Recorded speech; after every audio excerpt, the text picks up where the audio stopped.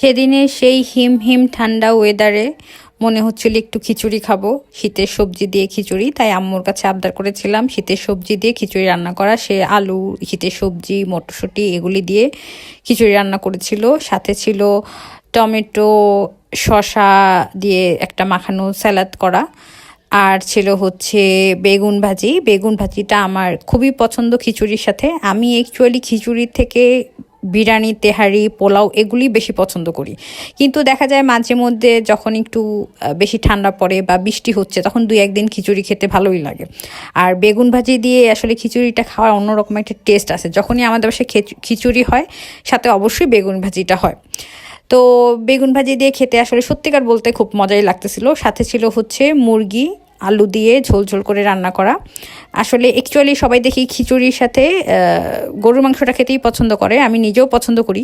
কিন্তু আমার আব্বু আম্মু দুজনেরই আসলে গরুর মাংস খাওয়া একেবারেই নিষেধ। আগামী 2-3 মাসে তারা গরুর মাংস খেতেই পারবে না, এরকম অবস্থা। ডক্টর মাঝে মাঝেই তাদেরকে এইভাবে নিষেধ করে দেয়। তাই আমাদের বাসায় রান্নাটা বেশি হয় হচ্ছে চিকেন। যেহেতু চিকেনটা মানে তাদের নিষেধ নাই, তাই তারাও খেতে পারে, আমিও খেতে পারি।